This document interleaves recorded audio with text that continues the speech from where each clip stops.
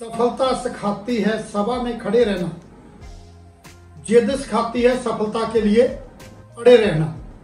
आज मैं डॉक्टर हरभजन सिंह अपनी वीडियो बीइंग स्टबर्न, जिद्दी होना लेके हाजिर हूं। जिद्दी होना अच्छी बात भी है, बुरी बात भी है।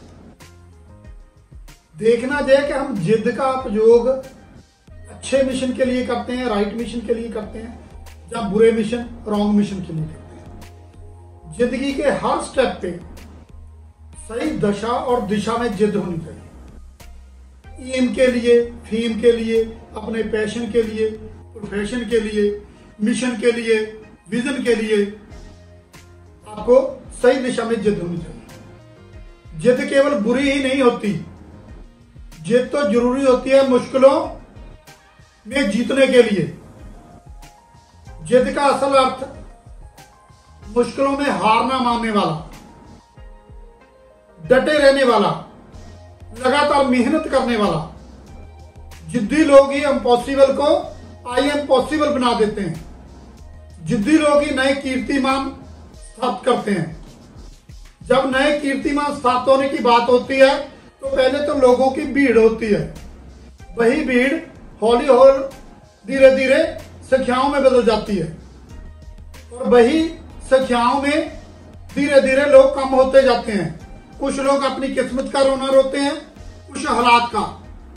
बाद में उसी कीर्तिमान स्थापित करने वाले लोगों की गिनती एक दो रह जाती है, और वही लोग उस समय के सबसे जिद्दी व्यक्ति होते हैं, और उनका ही नाम इतिहास में लिखा जाता है, जैसे गैलीलियो, अरास्तु, शहीद भगत सिंह। तो जिद्दी लोगों ने ही लाइफ में तरक्की की है, जिनकी जिद सही दिशा में थी। जैसे डॉक्टर अब्दुल कलाम, जिनको पायलट की इंटरव्यू में सिलेक्ट नहीं किया गया, तो उन्होंने जिद में साइंटिस्ट बनकर उन्होंने दुनिया की सबसे बड़ी मिसाइल, अग्नि मिसाइल खड़ी कर दी। ये हमारे देशभक्तों की जिद ही थी। जब उन्होंने देखा कि अंग्रेजों ने अपने पैलेसेस के बाहर लिखा है Indian and dogs are not allowed, तो उन्होंने जिद पकड़ ली देश को आजाद कराने की। तो नतीजा हमारे सामने है। अगर हमारी जिद, जुनून सही दिशा में हो तो नई रिसर्च, नई इनोवेशन, नई अचीवमेंट हो सकती है। जैसे जब मार्कोनी ने बात की कि मैं रेडियो की रिसर्च करूंगा कि हम बिना वायर के दूर बैठे एक दूसरे की आवाज सुन सकते हैं, तो लोगों ने उसे, उसके घर वालों ने, रिश्तेदारों ने और लोगों ने उसे पागल करार देकर उसे पागल खाने में एडमिट करा दिया। बट पागल खाने के आने के बाद भी उसने जिद पकड़ रखी कि मैं रेडियो की रिसर्च करूंगा, और नतीजा हमारे सामने है। जब राइट ब्रदर ने गल की, बात की हवाई जहाज बनाने की, तो लोगों ने उनका मखौल उड़ाया कि कुदरत ने केवल पक्षियों को राइट दिया है हवा में उड़ने का, हवाई जहाज कैसे उड़ सकता है? तो उसका नतीजा भी हमारे सामने है।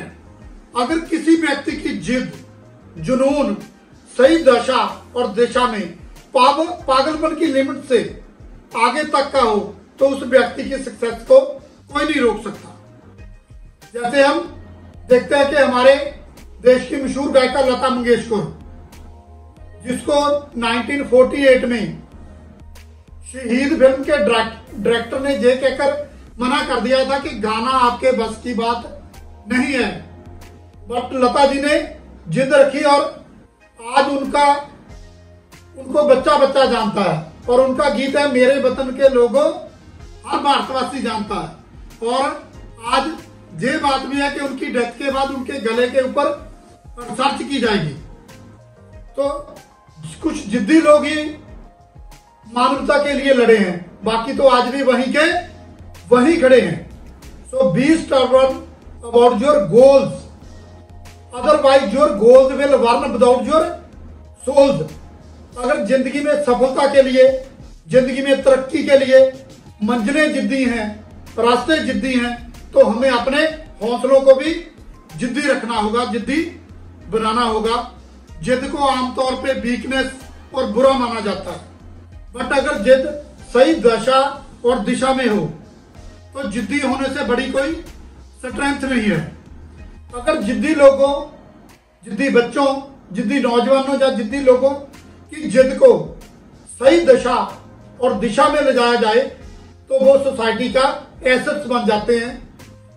अगर आप मेरे विचारों से सहमत हो तो इस चैनल को सब्सक्राइब करना, वीडियो को शेयर करना, अपने कमेंट्स देना। मैं तो लास्ट में यही कहता हुआ कि जिंदगी में सक्सेस बहुत जरूरी है, आगे बढ़ना बहुत जरूरी है, बट सक्सेस के लिए, because success is neither an option, success is neither an option nor a choice, it is the result of being stubborn on the right way. It is the result of being stubborn on the right way. Thanks.